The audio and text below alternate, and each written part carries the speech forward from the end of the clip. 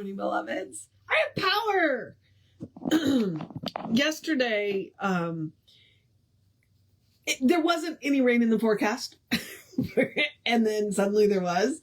And we got up and went to the gym, and it was flat, cloudy. And as we're coming home, it's raining. So we get home, I jump in the shower, I do all that stuff.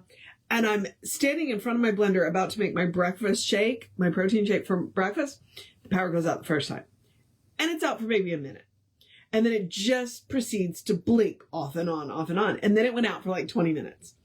And I was just like, and since I'm doing this from an iPad that does not have cellular service, and I would have been in the dark anyway, so I couldn't have seen anyway.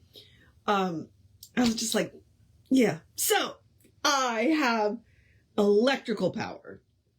I thank you, Connie, for the kind comment about my real power. So I appreciated that too. Which I didn't even notice it. Reverend Jesse saw it and said, "Did you see the comment?" I went, "No." So thank you very much. I appreciate it. All right. We are in chapter 14. We are in physical perfection. I believe we are starting on 202, how to heal. And we'll do a couple of sections and go from there. So, in our work, we treat a person, not a physical body. Neither do we treat the disease as belonging to the person. The reason being is that if we do, we cannot subsequently free that person from it. We do not think of the disease as being connected with them or a part of them. The practitioner seeks to realize the person as perfect, not needing to be healed of anything. This is nothing less than a realization of the presence and the power of God or Spirit in that person's life, as the only life there is, as complete and perfect in them right now. First, recognize your own perfection, then build up the same recognition for your patient. You are then ready to directly attack the thought that binds them, recognizing that your word destroys it, stating that it does. You may then take into account and specifically mention everything that needs to be changed, every so-called broken law or false thought. Then finish your treatment with a realization of peace, remaining for a few minutes in silent recognition that your work is done, complete, and perfect. The work must not be thought of as hard. When we know that there is but one mind, we shall realize that the work cannot be difficult or laborious. Mental treatment is a direct statement of belief into mind, coupled with a realization that the work is already accomplished, an accomplished fact. Okay. He's got that in italics, so I think it bears repeating. Let me try this again. Mental treatment is a direct statement of belief into mind, coupled with a realization that the work is already an accomplished fact, which is why we treat in the present tense. We do not treat in the future tense. We state everything in the now. Okay, back to the reading. The spiritual person needs no healing. Health is an omniscient reality, and when the obstructions that hinder healing are removed, it will be found that health was there all the time. So, in your work, do not feel that you must heal anyone. Your only responsibility is to uncover the truth. And that's super important. Let me repeat that. So in your work, do not feel that you must heal anyone. Your only responsibility is to uncover the truth. Never say, "Here is a patient whom I must heal." For if you think of them from this viewpoint, how are you going to heal them? If you mentally see a sick person, they will remain mentally sick. We cannot heal successfully while we recognize sickness as a reality to the spirit. Okay? And that's important. To the spirit. We are not denying that the body has problems, but we are saying that the spirit is whole, perfect, and complete. Okay? There is a difference there, because occasionally we're accused of bypassing and living in la la land. Oh, everything's yeah, no. We recognize that in the material world, there can be problems. But in the spiritual world, there are not. Back to the reading. All right. In spiritual healing, by this method, no one believes in disease. It has no action or reaction. It has neither cause nor effect. It has no law to support it, and no one through whom it can operate. There is no one to talk with about it, and no one to believe in it. While we maintain that disease is primarily a thing of thought, we do not deny the actuality of its experience, nor the suffering it causes. That's what I mean. Instead, we seek to heal it, and we seek to cooperate with all, no matter what method they are using to relieve the distress.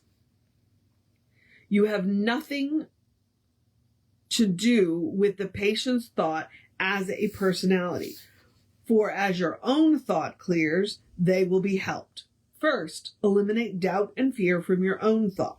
Realize that your patient is a divine being, and that your word is the law unto the thing. Wait, oh, he's got unto in too many places. Let me back up. Okay. I'm just going to start the paragraph over. How about that? All right.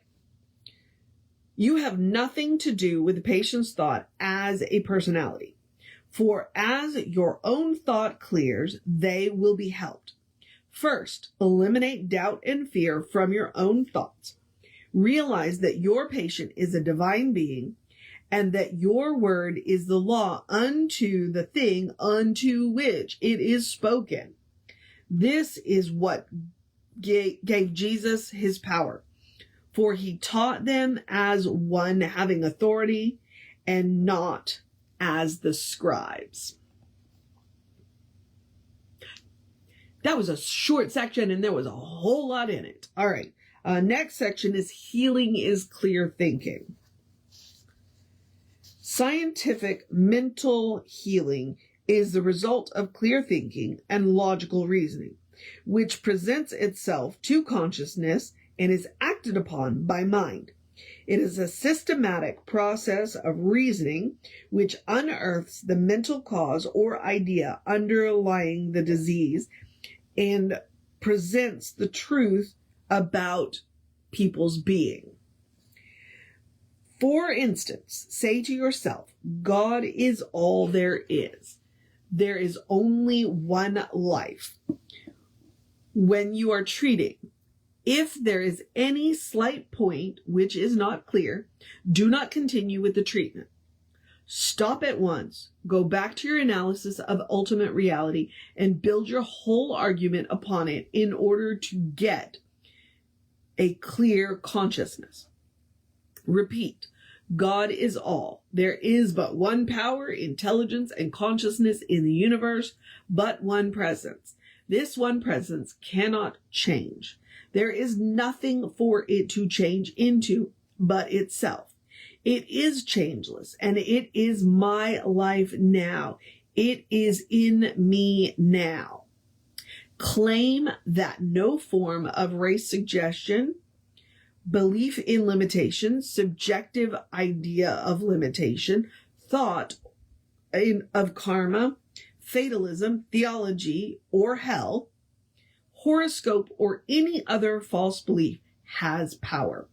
Accept none of them. If you have ever believed in them, if you have ever believed that the stars govern you, or that your environment governs you, or that your opportunities govern you. Recognize this as a hypnotic condition into which you have fallen, and deny every one of them until there is no longer anything in you that believes in them.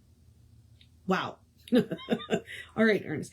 So the very first part, those are his words, how he would start a treatment. And then the next part of it is that realization part. Okay. None of that. I don't believe in any of this. Okay. That's what he's doing there. Back to the reading. This is a good way to clear your consciousness. We can readily see what it does. It induces a clear concept of reality, which must reproduce itself. This process of clear thinking, if carried out every day, will heal. Yeah, it'll heal you of the false beliefs. Sorry, back to the reading.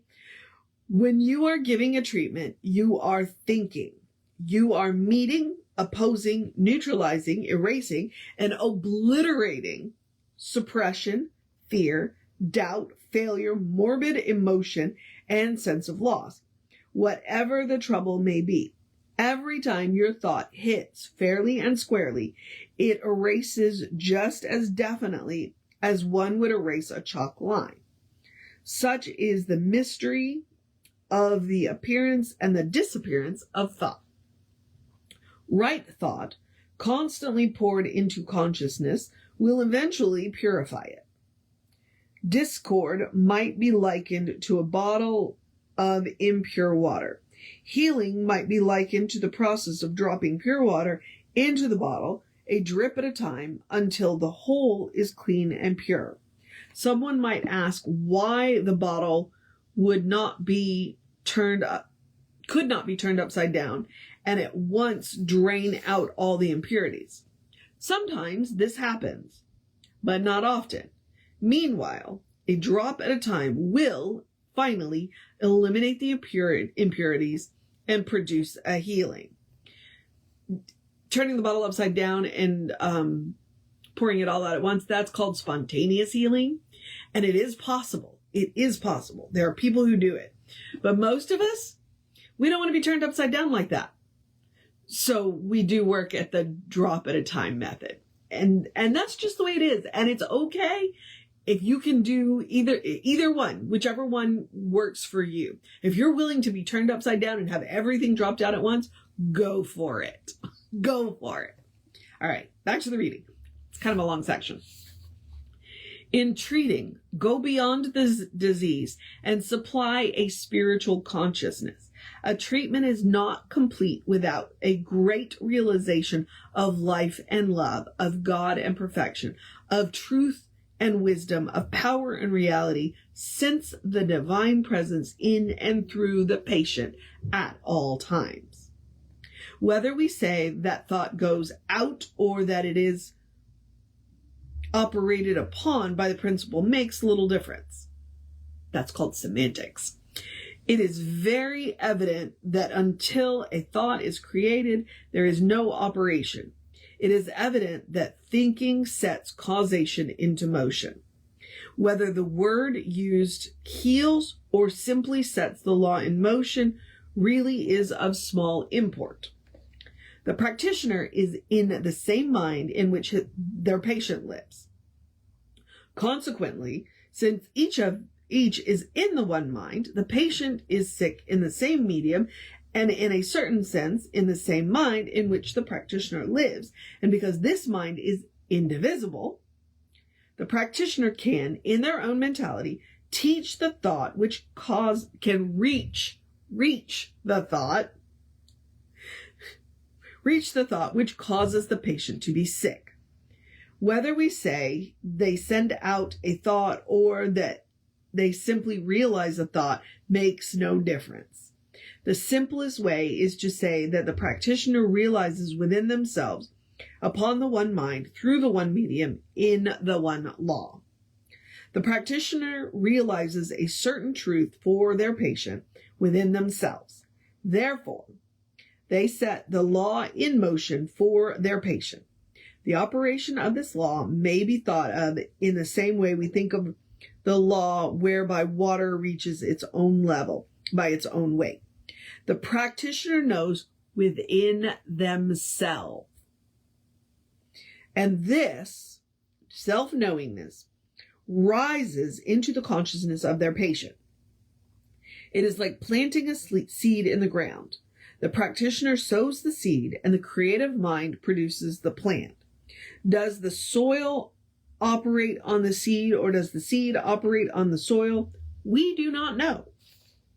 But we do know that when a seed is put into the ground, the law pertaining to growth operates and a plant is produced, and that unless a seed is planted, no plant will be produced.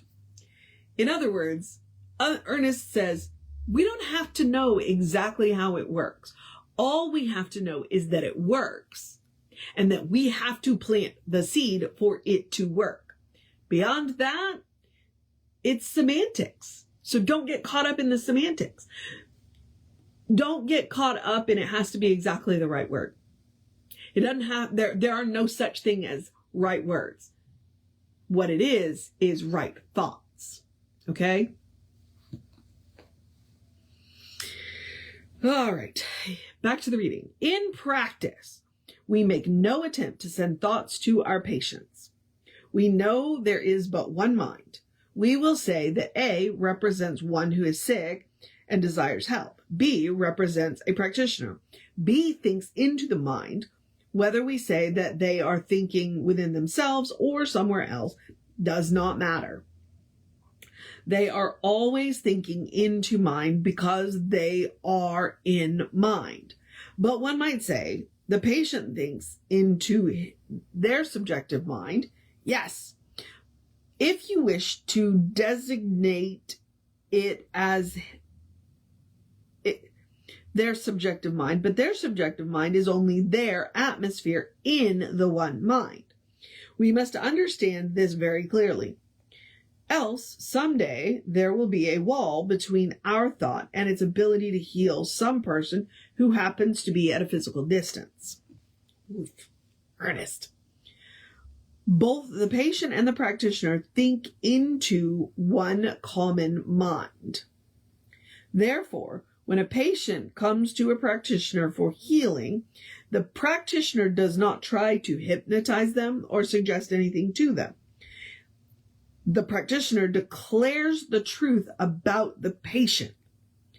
To the degree that the practitioner brings their own consciousness to a true recognition of perfection, provided there is a subjective receptivity in the thought of the patient, that person will be helped.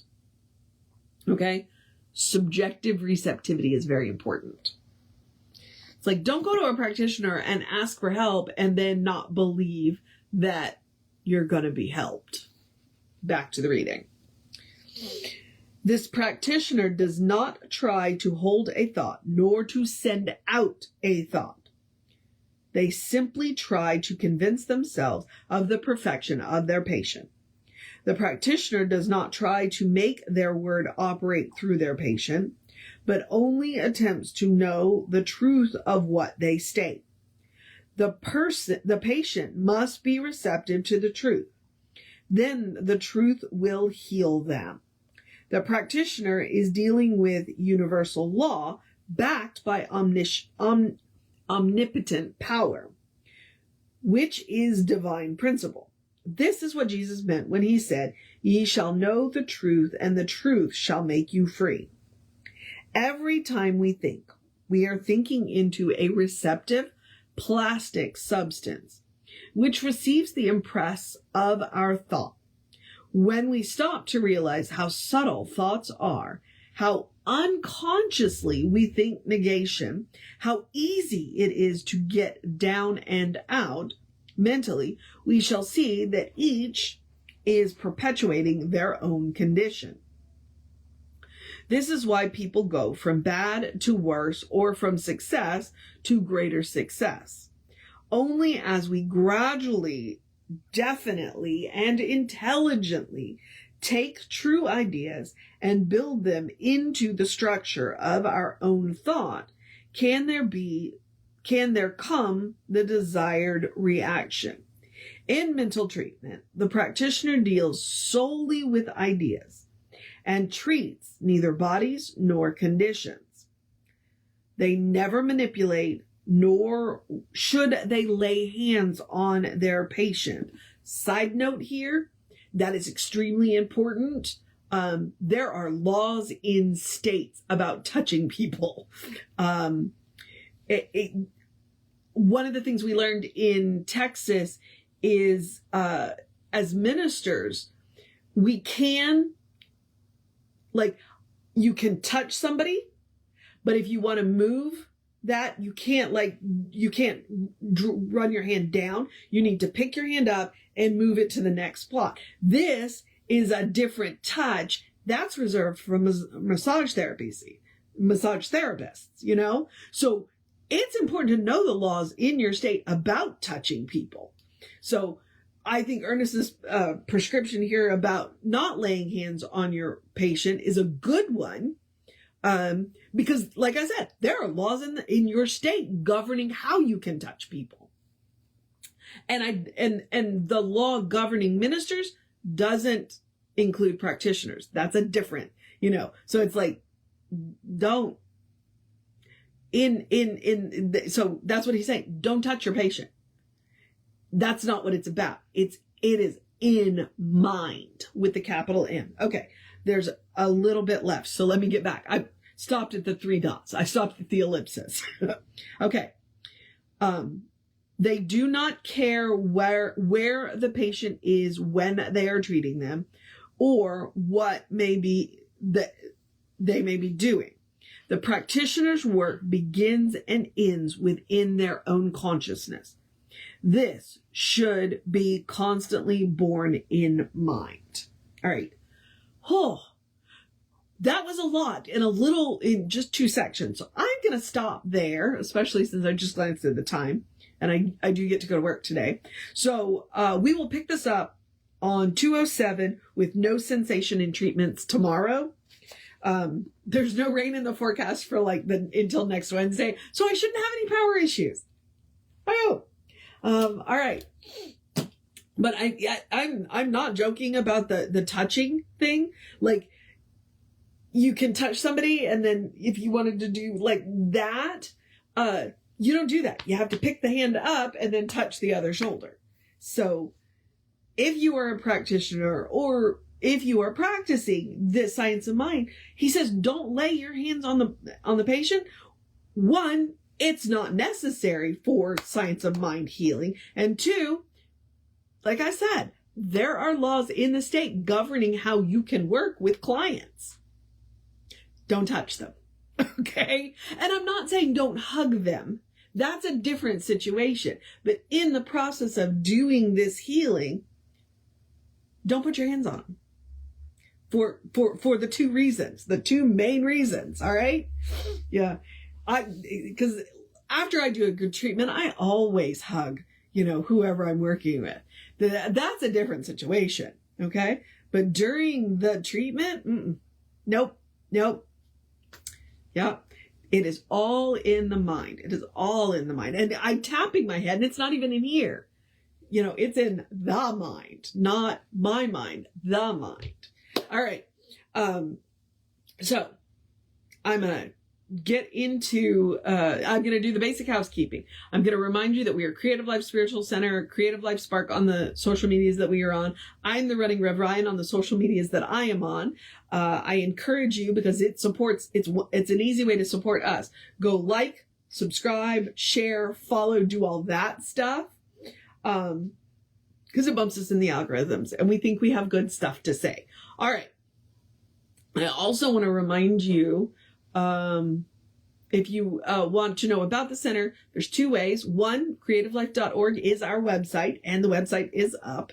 And then the other thing is email info@creativelife.org. That will get you on the constant contact, and the constant contact, you get 1 email a week and, hold on. The hot links are hot.